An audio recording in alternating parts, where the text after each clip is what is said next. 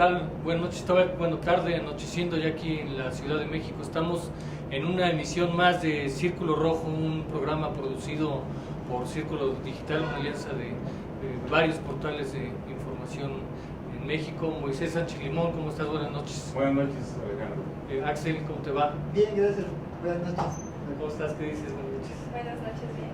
Pues estamos en una emisión interesante. Hoy vamos a tener, creo que por ahí estábamos viendo algo de los memes, una pequeña introducción de lo que son los memes. Vamos a hablar de eso ya más adelante en el programa, pero también tenemos temas interesantes. Las reformas del presidente. Este lunes se decreta la última de las grandes reformas del presidente de la energética. Sí, son las leyes secundarias, Alejandro, las famosas leyes secundarias y el aspecto financiero en torno de la reforma energética, que finalmente concreta esta, que es una de las reformas estructurales anunciadas y planteadas en el Pacto por México. Hay que enfatizar en algo, que la restante, la famosa ley de la reforma del campo, esa será presentada en los próximos meses, seguramente en el primer periodo ordinario de sesiones del tercer año de la 62 legislatura federal. Perfecto, bueno, pues vamos a comenzar. Voy a enlistar todos los portales que estamos asociados en Círculo Digital. México Migrante, de Isabel Zamorano; Calle México, de Adrián Trejo; Mensaje Político, de su servidor; Esfera Empresarial, de Carmen Castellanos; Énfasis, de Verónica Jiménez, de Pachuca, Hidalgo; Cyber México, de Nadia Bravo; Con Clase Web, de Miguel Ángel Rivera; México Media Service, de Denise Castro; Red Financiera MX, de Gerardo Flores; En Directo, de Roberto Vizcaíno, que en unos momentos estará aquí también con nosotros; Teléfono Rojo, de José Ureña; Indicador Político, de Carlos Ramírez; Idea México, de José Luis Rojas; Luis Alberto Reyes, de CG46.net; de Éxodo, de Luis Carlos Rodríguez; y Entre Semana, de Moisés Sánchez Limón. Pues vamos a ver un pequeño video de lo que ocurrió el lunes por la noche con el mensaje a la nación del presidente Enrique Peña, y bueno, pasamos al análisis de Poner las reformas en acción es mejorar la calidad de vida de los mexicanos, es construir juntos un nuevo México. El éxito de las reformas exige la participación de todos, de sociedad y gobierno. En nuestras manos está hacer realidad ese nuevo México, un país que ofrezca a todos sus habitantes por igual las herramientas y oportunidades necesarias para prosperar y escribir una nueva historia de éxito. Para conocer mejor cada una de las reformas, a partir de este momento pueden consultar la página de internet reformas.gov.mx. En ella encontrarán información clara y transparente para que ustedes mismos conozcan y evalúen los beneficios que traerán las reformas. Bueno, pues es el portal que presenta el presidente el pasado lunes, y digo, muy importante porque estamos hablando de 11 grandes reformas. Es una bestialidad de información. Fíjense nada más: reforma energética, ¿cuántas leyes incluyó? Reforma en telecomunicaciones, competencia económica, reforma hacendaria, reforma laboral, reforma educativa, reforma financiera, el Código Nacional de Procedimientos Penales, la Ley de Amparo, la política electoral y la Ley de Transparencia. Hay que señalar que el mismo gobierno dice que la reforma laboral se hace en el periodo de transición, aunque pertenece a esta legislatura, y me parece a mí muy importante que desde la presidencia se impulse el lanzamiento de un portal en donde se puede ver de manera profunda, si uno lo quiere, porque hay una serie de documentos con mucha profundidad en formato PDF, en resúmenes, en pequeñas imágenes, en video, en qué consiste todas y cada una de estas grandes reformas, que son 20 meses de reformas de este gobierno. Moisés, ¿qué te parece a ti?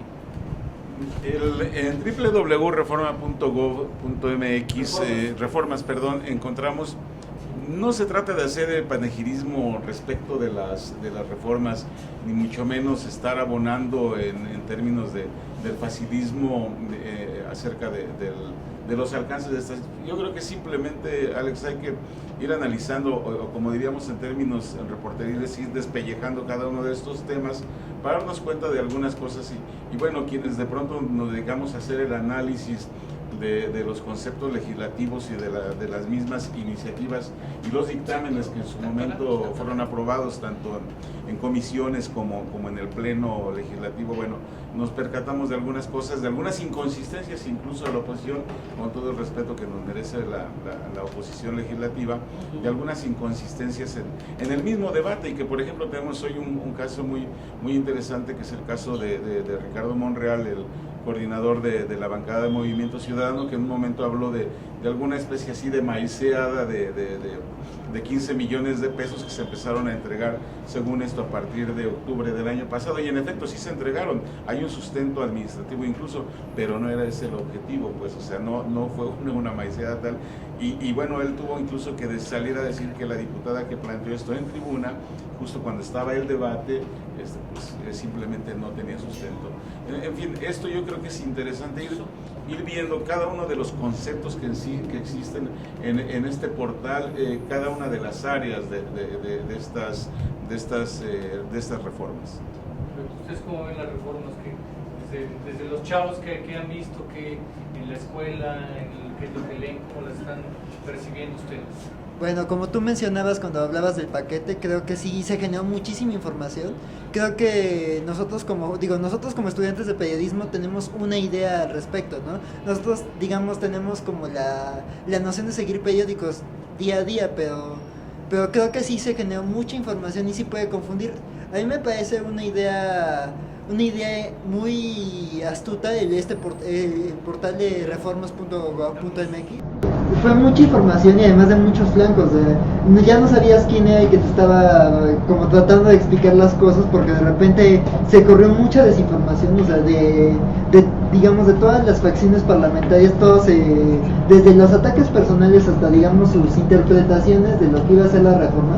Entonces ya no supimos si la reforma privatizaba o no privatizaba. A mí creo que concentrar la información de todas las reformas en un portal me parece una idea para hacer más accesible a la ciudadanía, digamos, que los puntos en qué consisten. Y como tú decías, si te interesa como conocer más a profundidad como el documento y tienes la paciencia de echarte como todo el documento de la reforma, de todas las reformas, me parece una buena oportunidad, y creo que como ciudadanos tenemos que aprovechar eso también para nosotros también, digamos, participar y saber de qué es lo que se está aprobando y de qué es lo que se está hablando en el calendario político. Claro, lo decíamos, son 11 reformas. Roberto, tú estuviste el lunes en Palacio Nacional en la promulgación de esta reforma. ¿Qué te pareció el ambiente político? ¿Es el acto más importante hasta hoy del gobierno del presidente Enrique Peña? Fíjate, Alejandro, yo creo, por la connotación que le dieron a esta promulgación de la reforma energética, sin duda ha sido el evento más importante del sexenio hasta ahorita, ¿no?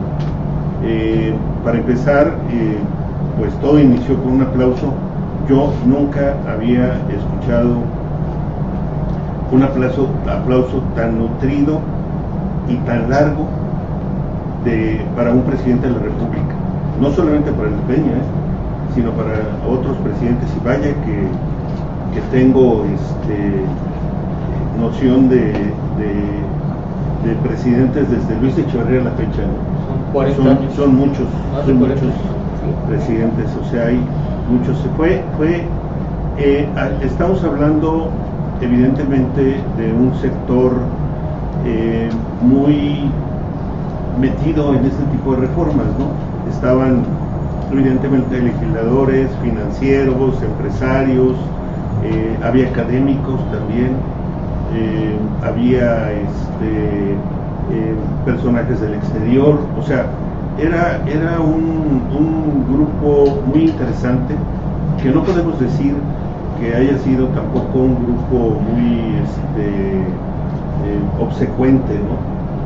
No todos los que estaban ahí estaban de acuerdo con toda la reforma energética, o sea, pero en el conjunto yo creo que fue el evento más importante de la República. Ahora, si me preguntas si es la reforma más importante, pues mira, yo creo que la reforma sanitaria y fiscal es también una reforma muy, muy importante.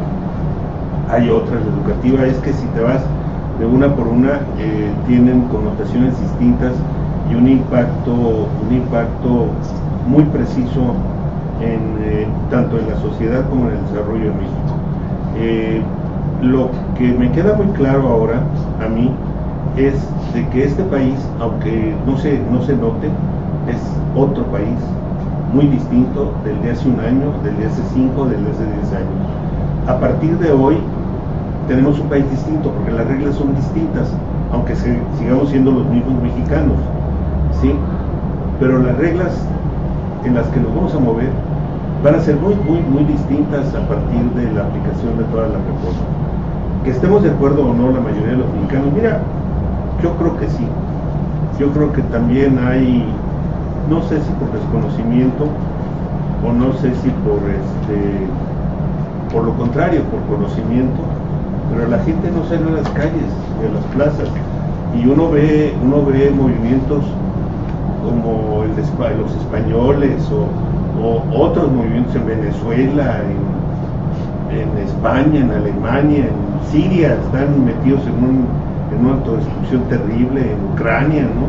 donde las cosas de la inconformidad llegan a niveles distintos, ¿no? Y aquí no se ha visto este tipo de manifestaciones populares que pudieran.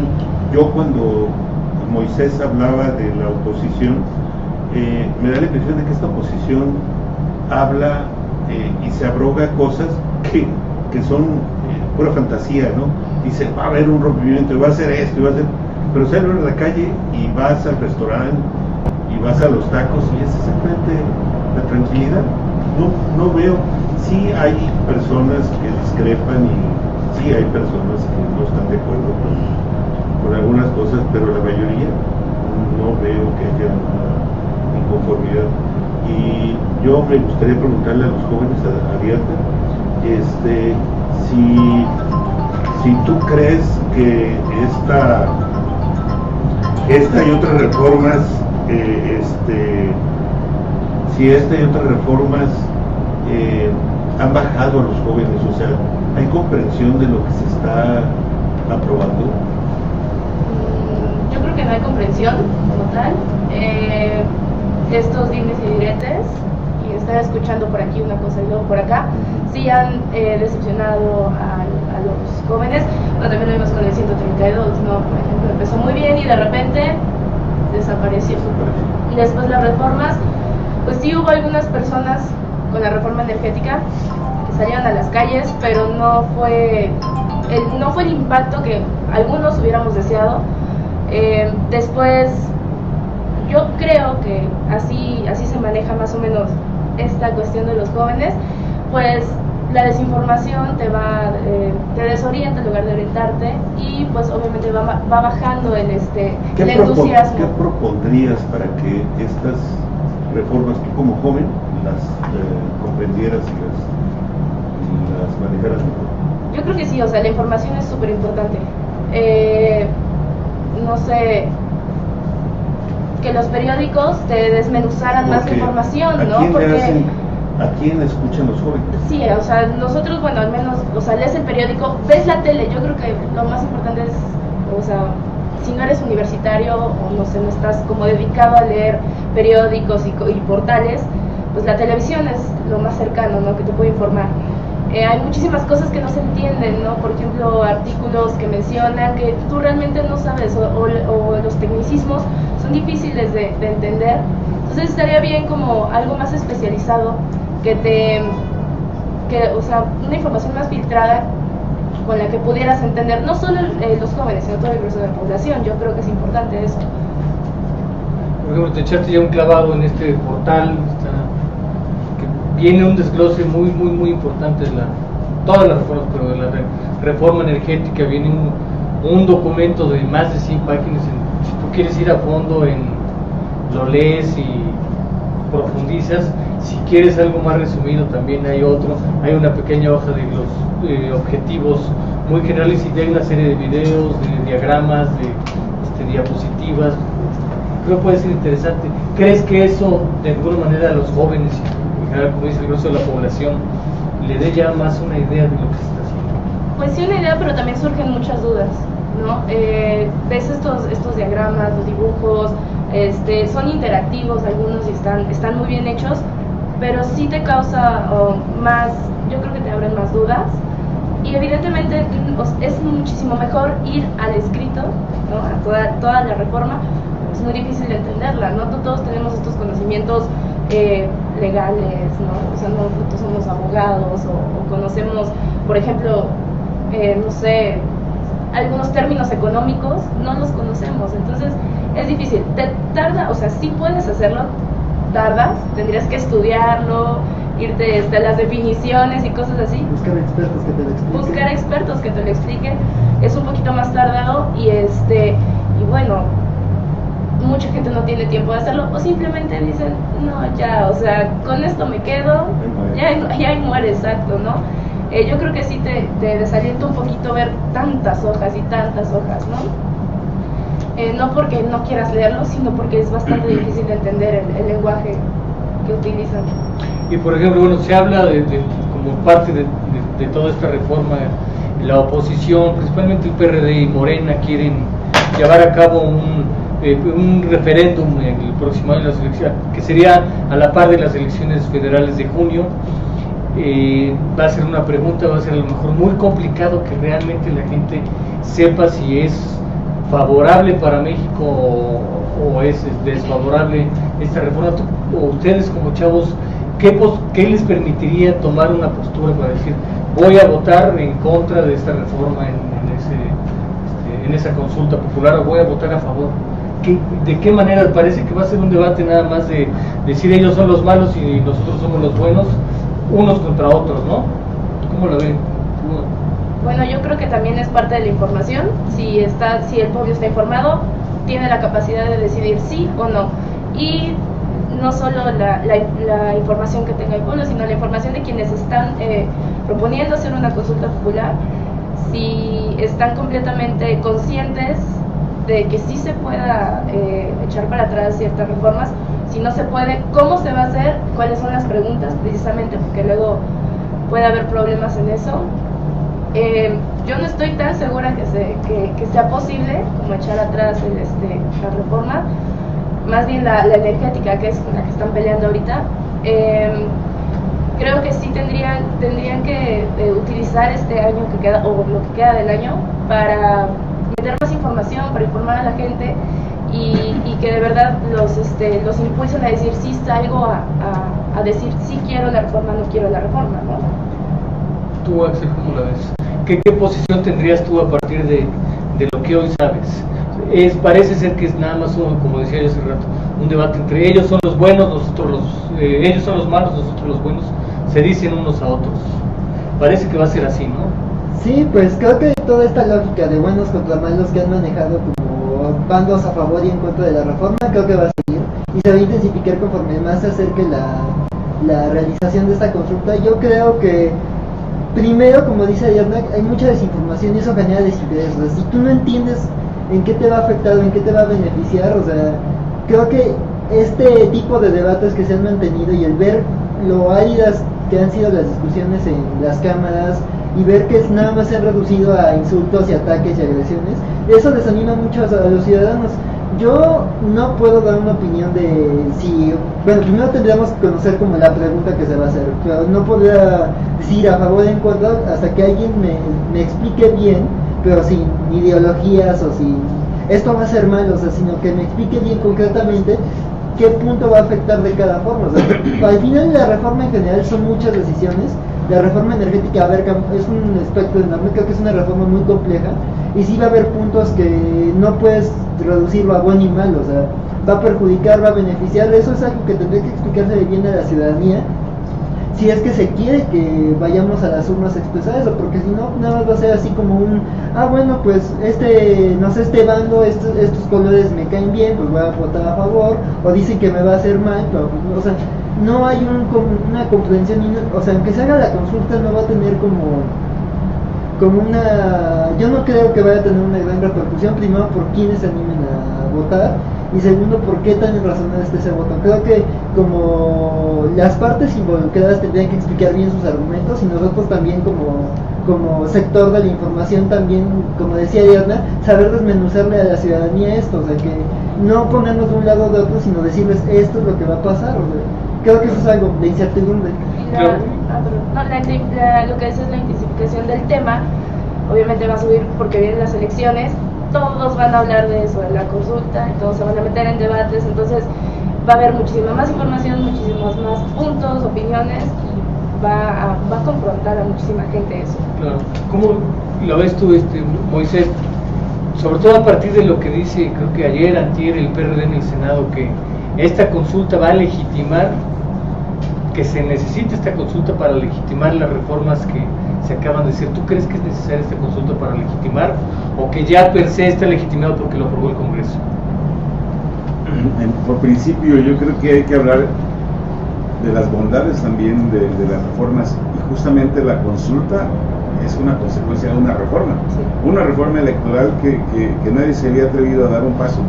Y como dicen los clásicos, todas las reformas son perfectibles, o sea, no hay una ley perfecta, no hay una ley exacta. En el caso de la energética que causó tanto ruido, bueno, pues estamos hablando de una reforma muy profunda, ya lo citaba Roberto, este aplauso, insisto, sin caer en panegirismo ni nada de ninguna naturaleza, simplemente pues hemos andado por esos rumbos de la presidencia de la República y hemos visto cómo, o una de dos, o repudian o le hacen el mutis a un presidente, o le aplauden, le aprueban con una reacción en una recepción o con un aplauso de esta naturaleza.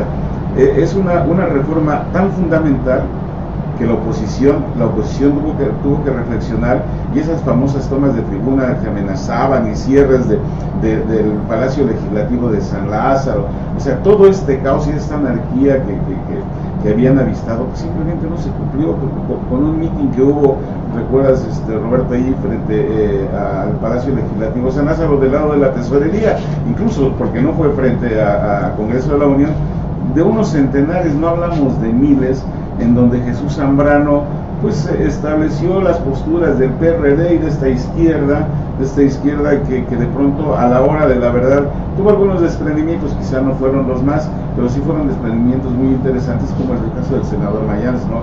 Que dijo, bueno, que yo estoy votando porque esto va en beneficio de mi estado. Entonces hay una cuestión de un asunto de conciencia más que de militancia.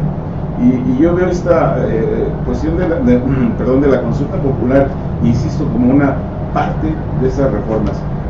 Indudablemente la reforma energética no puede ser una reforma exacta ni perfecta.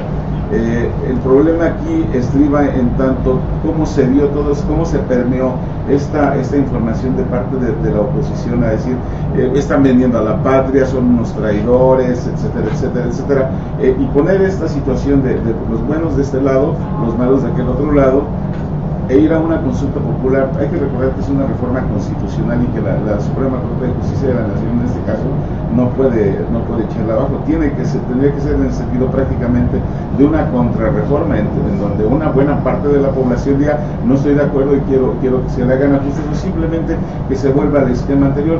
Nada más hay que recordar que en el esquema anterior tuvimos tantos retrocesos y que no nos hagamos, pues el sector privado estaba trabajando ya en el ramo energético.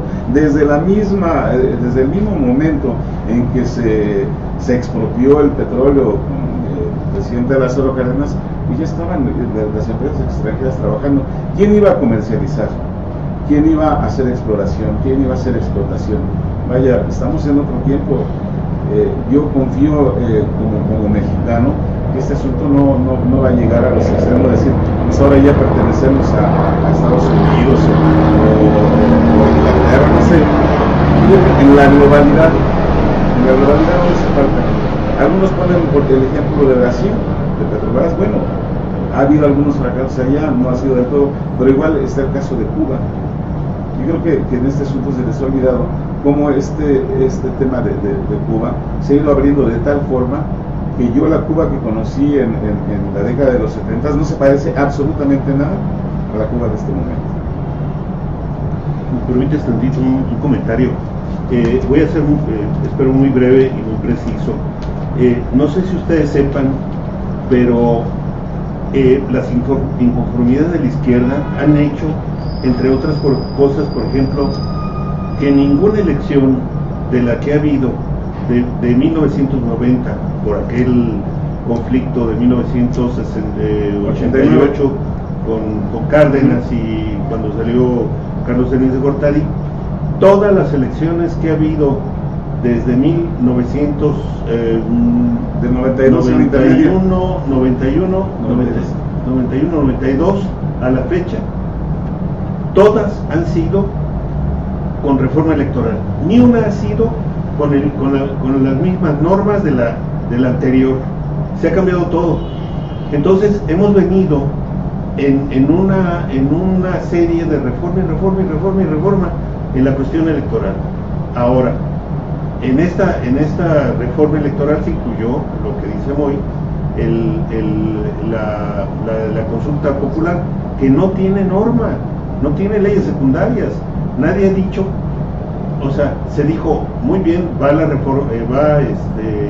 consulta popular, pero no se ha dicho cómo debe de hacerse. Sin embargo, la metió esta izquierda otra vez. La izquierda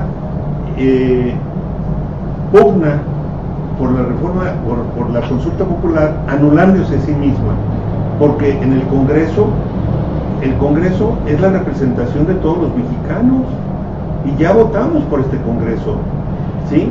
Entonces, si quieren someter cada cosa que aprueba el Congreso a una consulta popular, pues es anularse a sí mismos, porque ellos también tienen diputados y tienen senadores. Entonces, ahora resulta que todo lo que aprueban los senadores y los diputados es en contra del pueblo. No puede ser. Es parte de la democracia, de una democracia constitucional, institucional, basada justamente en el Congreso. Hacer la consulta popular de alguna forma es anular a la Cámara de Diputados y a la Cámara de Senadores. O sea, ¿a dónde vamos a llegar? Si lo que yo pregunto, un poco en broma, y digo un poco porque a lo mejor resulta que es cierta, es ¿qué pasa si la consulta popular aprueba la reforma energética? Entonces, ¿qué va a pedir la izquierda? Una superconsulta popular, ¿Un reconteo? o el conteo voto por voto, el consulta popular.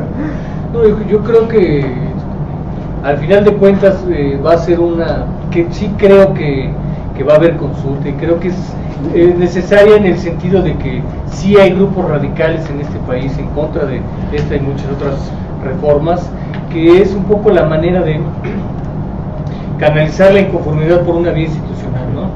Al final de cuentas creo yo que si la consulta resulta que la gente está a favor de la reforma, políticamente va a ser una derrota enorme para la izquierda y para quienes están en contra de esta reforma, y si resultara lo contrario, creo yo que también pues, es una derrota política para la reforma, que no necesariamente la llevaría a hacer una contrarreforma, ¿no? ¿Por qué? Porque no creo que la izquierda obtenga los votos suficientes en el Congreso. Bueno, de todas maneras, 2015 no está en juego el Senado de la República, entonces no pueden hacer una contrarreforma, aunque sí podría tener ahí un asunto de político de descalificación o de pérdida de popularidad del gobierno actual si se perdiera esta reforma, esta consulta.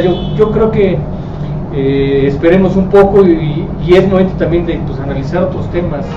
Habíamos platicado hace unos momentos de todas estas reformas. Son 11 grandes paquetes de reformas que se hacen en 20 meses. Es inmenso, y la idea es que poco a poco aquí en este programa estemos revisando lo que es más cercano a la gente, lo que es más palpable para las personas, como pudiera ser en la parte esta de la reforma de telecomunicaciones, lo que tiene que ver con el internet, ¿no? Ustedes como chavos, Moisés, ¿qué ves positivo? Uno de los puntos es el internet libre, ¿no? Mira, antes de tocar ese tema, creo que en respuesta a la inquietud de Ariadna en torno a la explicación, a ponerles en blanco y negro la reforma energética, creo que nosotros también aportamos nuestro grano de arena desde este espacio, que es un tanto modesto, pero con todo el interés de participar en una discusión con el respeto absoluto a quienes piensen diferente, nosotros podemos ir aportando poco a poco, ir desmenuzando esta reforma en la A, la B, la C, qué es lo más importante, se va a vender el país o no se va a vender. Eres dueño, nos recordaba Iracema, la diputada Iracema González la semana anterior, acerca de este mito que manejaron de que, bueno, pues te van a quitar tus tierras, te van a expropiar, y no, al contrario, incluso va a haber hasta un porcentaje de participación. Por decir, hay que citar este punto, por ejemplo, y hay otros tantos que yo creo que en este espacio y en los espacios que tenemos en nuestros diarios digitales vamos a ir aportando poco a poco puntos muy claves, muy precisos, muy concisos de lo que es la reforma energética. E insisto, el interés es netamente periodístico. Nosotros somos profesionales de estos temas, y creo que es además nuestra obligación como comunicadores, como periodistas, el aportar una claridad al público, a nuestros lectores, hoy a nuestros televidentes en este espacio, para aportar a los jóvenes, para aclararles algunas dudas. Y bueno, por supuesto que invitaríamos al resto de los comunicadores que desde sus espacios igual hagan este apoyo. Y ahora, en lo que concierne a telecomunicaciones, bueno, pues también tuvo sus bemoles, ¿no?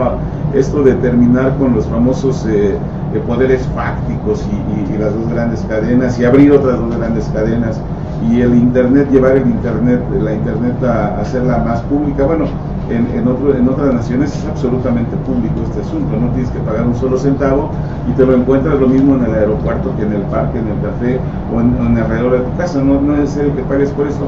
Creo que esto es una parte de esta democratización que hablaban de los medios, así un tanto subjetiva esta oposición.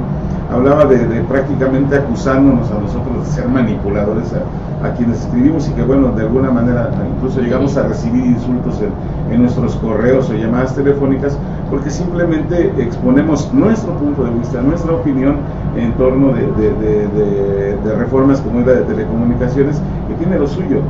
Se abaratan muchas cosas, se abren otras, la larga distancia nacional, por ejemplo, el asunto del famoso roaming, que pagabas un dineral, o sea, donde estuvieras pagaba el que hablaba y pagabas tú que recibías. Entonces ahora el abrir este espacio y dejar esta posibilidad, que más que nada también va a ayudar muchísimo a las clases más económicamente más desprotegidas, porque de pronto, bueno, quien quiera hacer una llamada de larga distancia a una caseta telefónica en alguna zona rural muy alejada para buscar al pariente, lo va a poder hacer sin mayor problema, sin tener que pagar. Vamos a ir avanzando, hemos avanzado.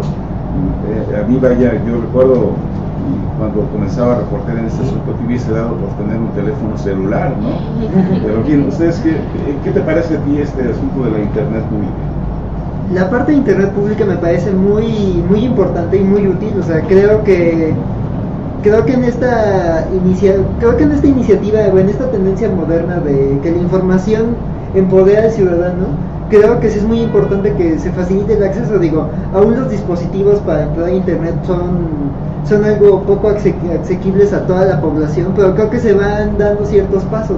Además, el hecho de que si esta reforma se produce bien en servicios más baratos, creo que eso también va, y en más competidores, creo que eso va a ir ayudando a nosotros también como usuarios. Creo que nos da más herramientas, y creo que también nos da más conocimiento. Y creo que a mí me parece, hay puntos como toda reforma que tienen una mayor aceptación, hay otros que no, pero creo que un internet de acceso público me parece un punto muy rescatable y muy importante en estos tiempos. Bueno, yo recuerdo hace como 2 meses, me parece que hubo una marcha, también algunos sobrevivientes del 132 estuvieron ahí, otros del 1 de diciembre, o sea, algunos jóvenes, no éramos muchos, considerables, pero bueno, hubo una marcha saliendo de Televisa, y me pareció que el más grande miedo que nosotros teníamos eran que nos quitaran como ciertas libertades de expresión, ¿no? Por Facebook y todas estas, Twitter, no sé qué, es donde ahora los jóvenes pues decimos, me parece bien esto, no me parece bien esto, y pues teníamos como esa inquietud sobre lo del internet en espacios públicos. Me parece excelente idea. En muchos países ya lo tienen, ya lo llevan a cabo. Y sí es una apertura también a la información para todos los ciudadanos. También, bueno, los dispositivos, computadoras y todo esto, obviamente habría que ver cómo se va a manejar ese asunto, porque pues si no tienes una computadora, si no tienes un teléfono, no sé, una tablet, no te puedes conectar, ¿no? O sea, hay mucha gente que no tiene acceso a ese tipo de herramientas que son importantes para poderte conectar, ir a conectarte en un parque. Bueno, ya no vas a tener que pagar, eso me parece una grandiosa idea, pero habría que ver las herramientas, cómo se van a utilizar, si nos van a dar herramientas, por ejemplo, a los estudiantes, ¿no? A los niños, no sé, de primaria, secundaria, los de prepa, no sabría, o sea, cómo se va a manejar ese tipo de cuestiones. Sí, bueno, este aspecto que menciona Diana, como de cómo se van a gestionar estos espacios públicos, creo que me parece muy importante.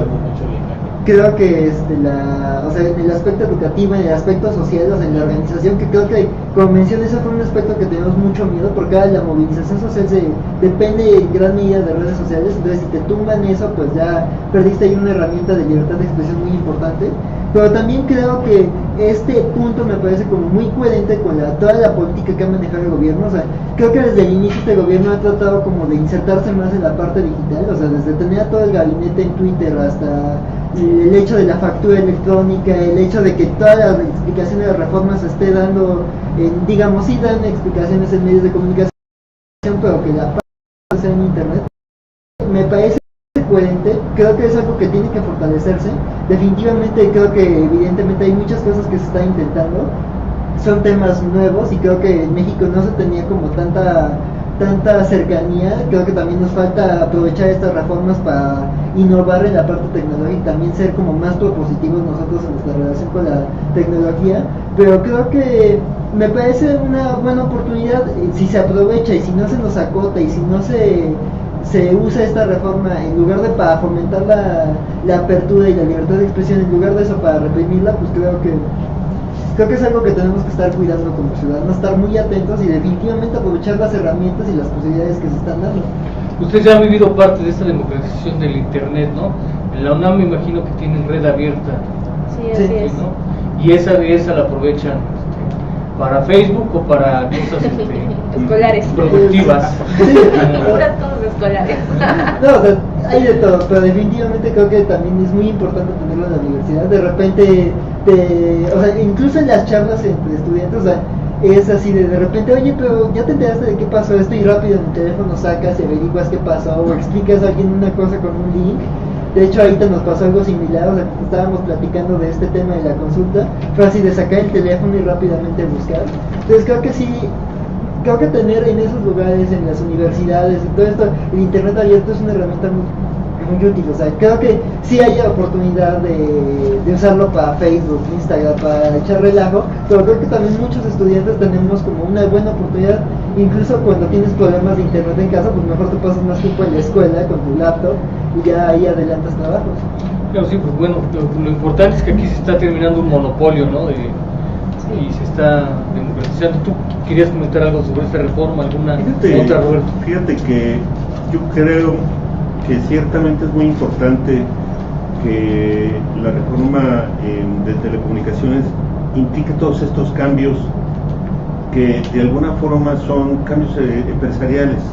Son empresas que dan servicio, tenemos internet porque hay empresas que generan este servicio, pero yo creo que el impacto más importante de esta reforma es el impacto político y social.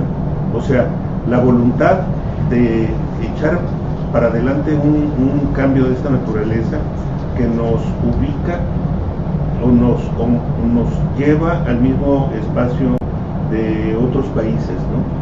Y a partir de eso, las sociedades se mueven. Para crecer económicamente, las empresas, yo no imagino a México ahora sin las empresas moviéndose a través de internet, ¿no? Ya sea en promoción, en facturación, en correos, en toda una serie de pedidos, en toda una serie de cosas. Si le quitara como a la sociedad, no solamente a los jóvenes, como a la sociedad, no comunicándose a través de redes sociales, y a través de las facilidades del Internet. Esto trasciende a los monopolios y a las mafias y a todo este tipo de cosas que bueno, son válidas para algunas personas, pero como sociedad el impacto pues, es brutal, nos ubica. Pensemos en cuántos países no tienen esto, ¿no? ¿Cuántas sociedades no tienen esto? Estamos apenas empezando a ver la transformación en este aspecto. Todavía no hay una tercera cadena de televisión, todavía no hay una cuarta, aquí todavía no hay una cadena del Estado, pero ya sabemos que ahí viene, ¿no? Sí. Este es un cambio muy cualitativo, muy importante. Pues, interesante este tema. Tenemos ahí pendiente el tema de los memes en Internet, que pues la creatividad yo creo que ahí estaba siempre, solo que ahora es de manera muy expedita, muy rápida, que la podemos ver. Si podemos ver un pequeño reportaje que tenemos sobre los memes, y ahorita vamos aquí, los chavos son los que son expertos en esto, algunos los de nosotros también le metemos un poco, pero no como ellos, ¿no? Yo no sé si ¿qué necesitas para hacer un meme, por ejemplo? Aplicaciones gratuitas. No, necesitas que alguien me vea un oso. Sí, exacto. Primero, ¿no? Primero una imagen que llame la atención y después una frase que remate con una imagen y ya, nada, es muy fácil hacer un meme y además es divertido, te diviertes tú y diviertes a los demás, pero pues sí, ahí luego tiene sus pros y sus contras, por ahí lo vamos a ver. Perfecto, ¿tenemos el video o no comentamos un poquito más? Sí, gracias. Vamos a ver este reportaje.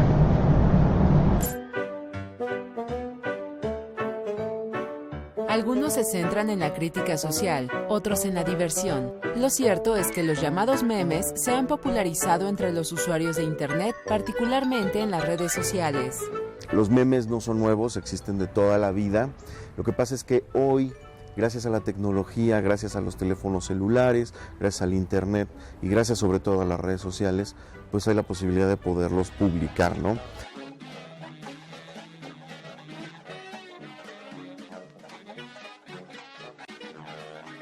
El meme es una forma de expresión a través de una imagen acompañada de texto, cuya característica principal es la espontaneidad. Finalmente lo que hacen estos memes es engrandecer una nota, una noticia, que para los medios puede ser importante, pero para la gente, ahí es donde podemos medir qué tan importante es para la gente una noticia o un evento o una situación.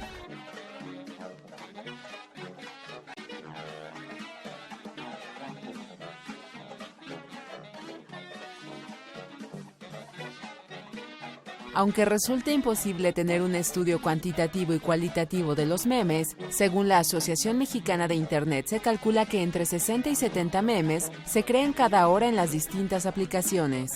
Como son espontáneos, surgen de no sabemos de dónde, empiezan a aparecer y algunos se hacen mucho más famosos en el norte del país, otros en el sur. Hay algunos que no llegan al centro, hay unos que solo se quedan en una región o en una localidad, entonces la cuantificación es muy complicada. Ya sea con caricaturas, fotografías o gráficos, los memes han abierto la ventana de oportunidad creativa y crítica de los que quieren decir algo. Con información de Susana Cerezo e imágenes de José Luis Leone, Notimex.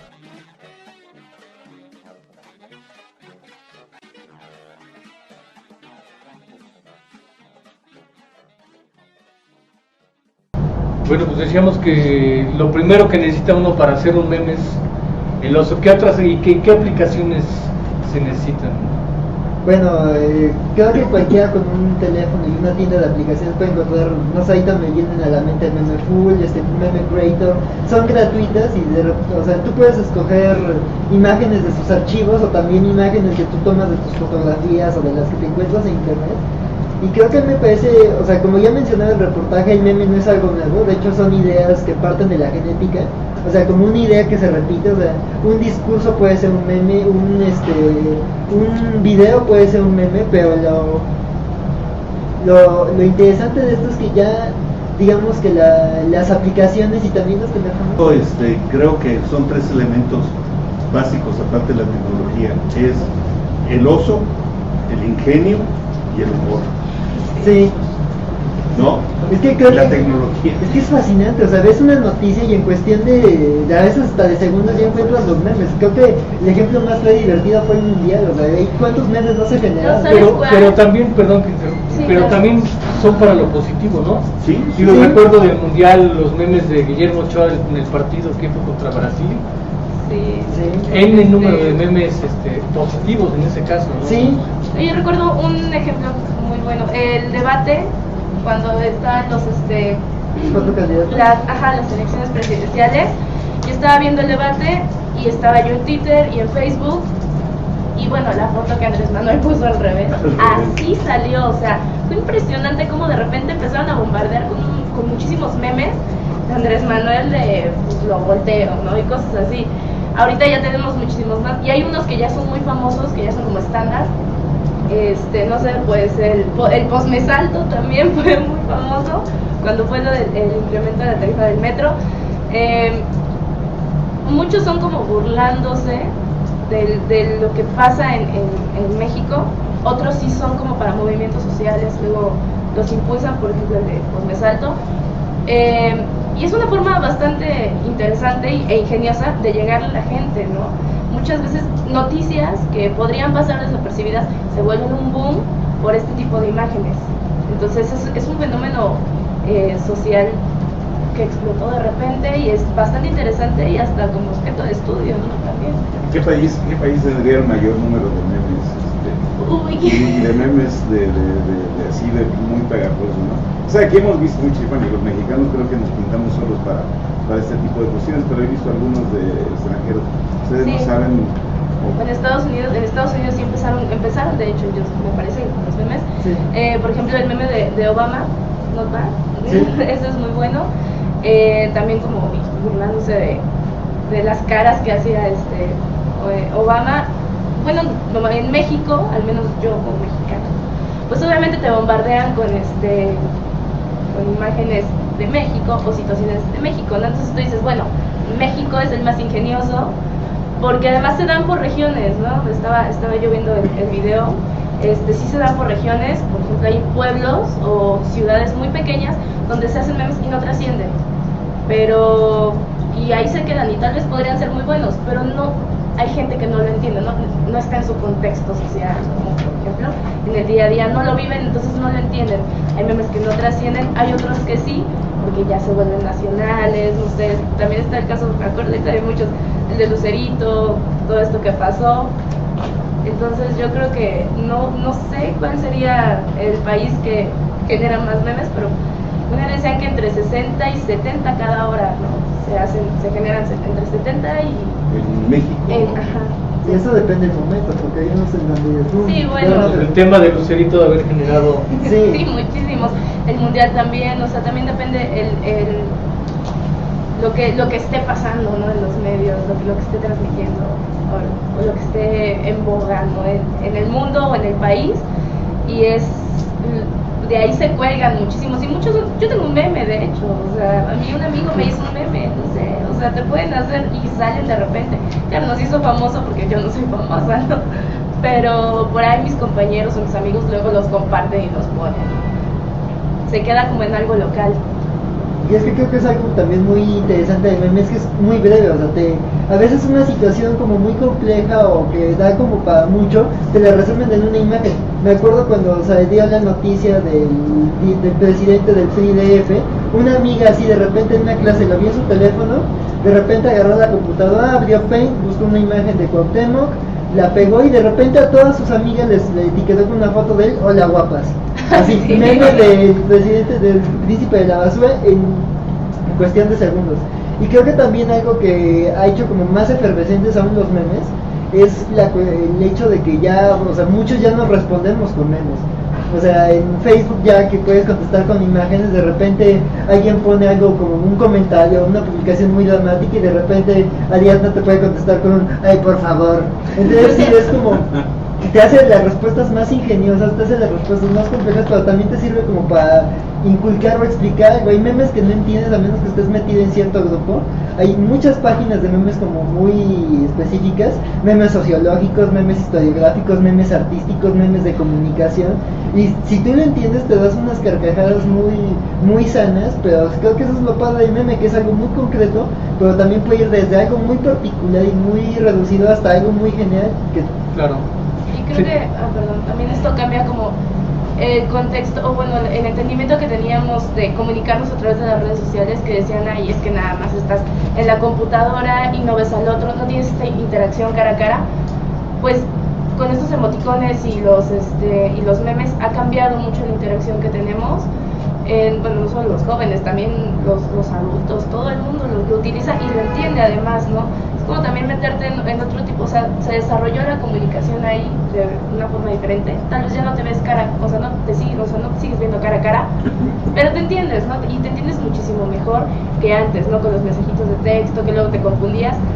Este tipo de cosas es como un paso más a otro tipo de comunicación completamente diferente al que conocíamos. Claro, decía uno de los expertos en el reportaje que no es algo nuevo, que lo nuevo es la forma en que se difunde, el medio en que se difunde, y no sé, en el pasado, ¿con qué se podría comparar esto, Roberto? No sé, los volantes, el volanteo, algo de caricaturistas, ¿tú con qué lo...? Pues no recuerdo, yo creo que con el rumor, ¿no? Con los chistes, pues sí, el volante, carteles en las esquinas, los volantes, los documentos estos anónimos, sí, pero evidentemente el impacto de aquellos tiempos no tiene nada que ver en relación al impacto de ahora. Lo de ahora estamos hablando de millones de personas frente a algunos miles de antes. Sí, sin duda las comunicaciones, bueno, pues han cambiado enormemente. Bueno, podemos recordar los mensajes de Guadalupe Posada, por ejemplo, pero igual las caricaturas en El hijo del aguizote, y como todo esta forma de reírse, de hacer mofa del mismo político.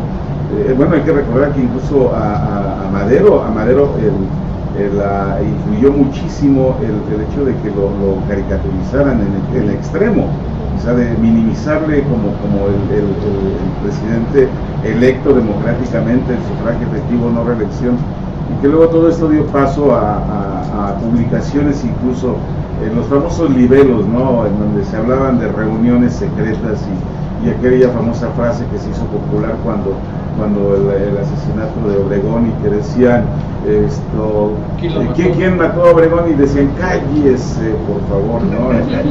Cosas de esa naturaleza, y cómo va avanzando.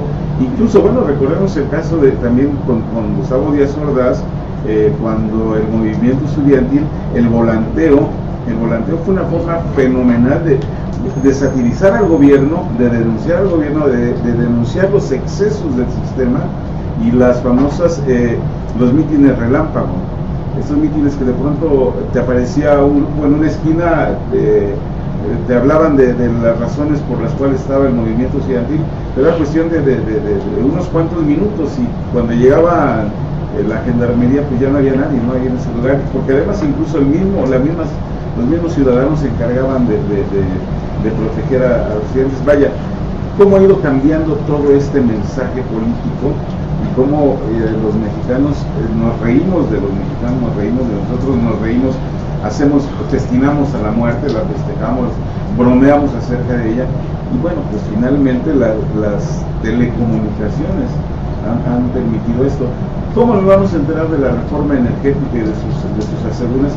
Pues vamos metiéndonos también a las redes, ¿no? Vamos buscándole en ese asunto. Digo, no es un secreto que muchos trabajos que hacen en la escuela lo semblantean con el uso de la internet, ¿no? Digo, pues, el famoso copy-paste.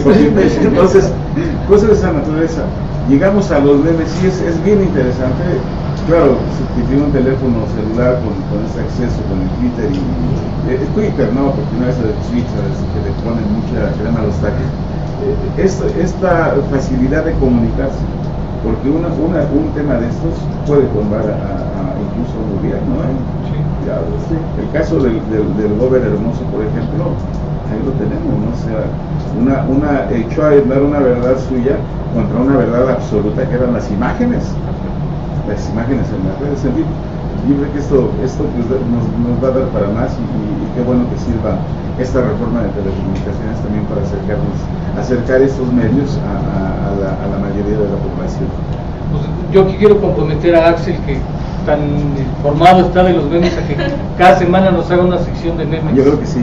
Los memes de la semana, y que también por ahí tuitee y alguna nota donde nos diga Los portales, cuáles sí. son las aplicaciones. Pues digo, la verdad, yo alguna vez sí hice algún meme, pero utilicé el Paintbrush o alguno de esos programas. Nada del otro PowerPoint, o sea, cosas. Pero ya ahora hay aplicaciones concretas. Pues bueno, estamos casi llegando al final. Roberto, yo me quisiera preguntarte qué temas ves para la siguiente semana y quedarme con alguna conclusión tuya. Mira, yo creo que sin duda en el ámbito político está lo de las cámaras, del cambio de las presidencias de las cámaras. Vamos a ver allí un debate muy fuerte entre los perredistas, entre los propios perredistas, porque los de la Cámara de Diputados están peleando contra la de los senadores, porque o quedan en uno o quedan en el otro, o a lo mejor no quedan en ninguna. Pero bueno, yo creo que ese va a ser un tema. Yo creo que las reformas, pues vamos a hablar poco ya de las reformas la próxima semana. La vida camina muy rápido. Yo creo que vamos a estar hablando de cuestiones de economía, de cuestiones económicas, de los efectos. Viene un efecto muy fuerte sobre eso, y pues las reformas que vienen, la del campo, ¿qué otra hay por ahí? Principalmente la reforma del campo, pero hay que esperar también el presupuesto de egresos, Sí, el paquete económico de 2015. Sí. Y un efecto fundamental va a ser interesantísimo, va a ser el segundo informe de gobierno del presidente, que a algunos quizá no les interese mucho, pero a otros sí, ¿no? El efecto de las redes sociales y del internet, pues polariza eventos de esta naturaleza, ¿no? Abre espacios muy interesantes y pues vamos a ver qué es lo que nos espera con el segundo informe del presidente Peña Nieto. Moisés, tú como ves la semana, ¿qué conclusión llegas hoy? Pues yo creo que se van a ir aterrizando parte de eso de la reforma energética. La discusión, sí, sin duda, es el reparto en el Congreso, pero también, Roberto, hay que recordar que Aleida a la vez quiere la presidencia y que ya dijo que si hay un pacto de caballeros, a ella le toca la presidencia. Entonces, el problema ahora va dentro, al margen de lo que ha ocurrido con esto de las buenas conciencias en el PAN, que bueno, pues cada quien es libre de juntarse donde quiera y de bailar con quien desee. Pero bueno, pues ya le pegó al coordinador de la bancada del PAN, bueno, el que hasta amaneció como coordinador. Creo que hasta hace 5 minutos todavía era. No, ya no, desde la mañana que Gustavo Enrique Madero mandó su comunicado, dijo que bueno, pues en atribución, de acuerdo a las atribuciones que tiene, pues se ha acabado. Hay que esperar a quién llega, porque estaban mencionando, no sé en este momento si ya ocurrió algo, pero estaban mencionando que llegaba Ricardo Anaya, que es el secretario general del PAN, como coordinador, y como vicecoordinador José Chabelo Trejo. O sea, regresa a la Cámara. A la Cámara, exactamente, eso es lo que se manejaba. Entonces, interesantísimo, y sí, fundamental lo del presupuesto, porque hay que ver la discusión, la partida para la elección que se tiene que dar en este proceso de 2015, cómo van las partidas de educación, qué va a ocurrir. Y yo creo que también el tema, Roberto, de la reforma de Gabino fue en Oaxaca, que pues dice que no va en contra de la reforma educativa, pero pues ya lo dobló la CENTE, y creo que quien gobierna en Oaxaca es la CENTE. Interesante esto, lo que queda de esa semana y la próxima, pues ya estaremos por aquí comentándolo. Perfecto, pues yo creo que nos quedamos hasta aquí un poco retomando lo que decían Moisés y Roberto, yo nada más diría que esto de los acuerdos políticos, para los políticos, un acuerdo político se resuelve con un nuevo acuerdo político. Entonces, si hace 2 años acordaron que el tercer año eleccional le tocaba al PRD, un nuevo acuerdo puede matar ese acuerdo. En el caso de la ley de Alavés, un nuevo pacto puede pasar a matar ese pacto. Entonces vamos a ver qué ocurre en las siguientes semanas, y creo que lo más importante pues es lo que decía el presidente el lunes, la implementación ya de la reforma, ¿no? Ya ponerlas en acción. Esperemos que sí haya los resultados que están esperando. Pues digamos, aquí al final de la emisión les agradecemos su audiencia, aquí también en particular al hotel Posada Viena, José Antonio Pontón, y a los compañeros, a los colegas, y nos vemos la próxima semana. Aquí una producción de Francisco Siller. Paco Siller, además de ser productor, es el director del diario digital Decano, que es Infórmate también. Creo que esto es elemental, no somos profesionales de este asunto, es un esfuerzo que hacemos, que nos nace del corazón y de la armonía y de la amistad que tenemos como colegas de este asunto, para que vean que también aquí hay acuerdos y que los pactos también prosperan. Perfecto. Bueno, pues en nombre de Círculo Digital, que lo conforman los portales México Migrante de Isabel Zamorano, Calle México de Adrián Trejo, Mensaje Político del servidor, Adrián y Julián Trejo, sí, perdón. Esfera Empresarial de Carmen Castellanos, Énfasis de Verónica Jiménez de Pachuca Hidalgo, Cyber México de Nadia Bravo, con Clase Web de Miguel Ángel Rivera, México Media Service de Denise Castro, Red Financiera MX de Gerardo Flores, Indirecto de Roberto Vizcaíno, Indicador Político de Carlos Ramírez, Idea México de José Luis Rojas, Luis Alberto Reyes de CG46.net, de Éxodo de Luis Carlos Rodríguez, y Entre Semana de Moisés Sánchez Limón. Los últimos seremos los primeros. Nos vemos la próxima semana aquí a las 7 de la noche. Buenas noches. Buenas noches.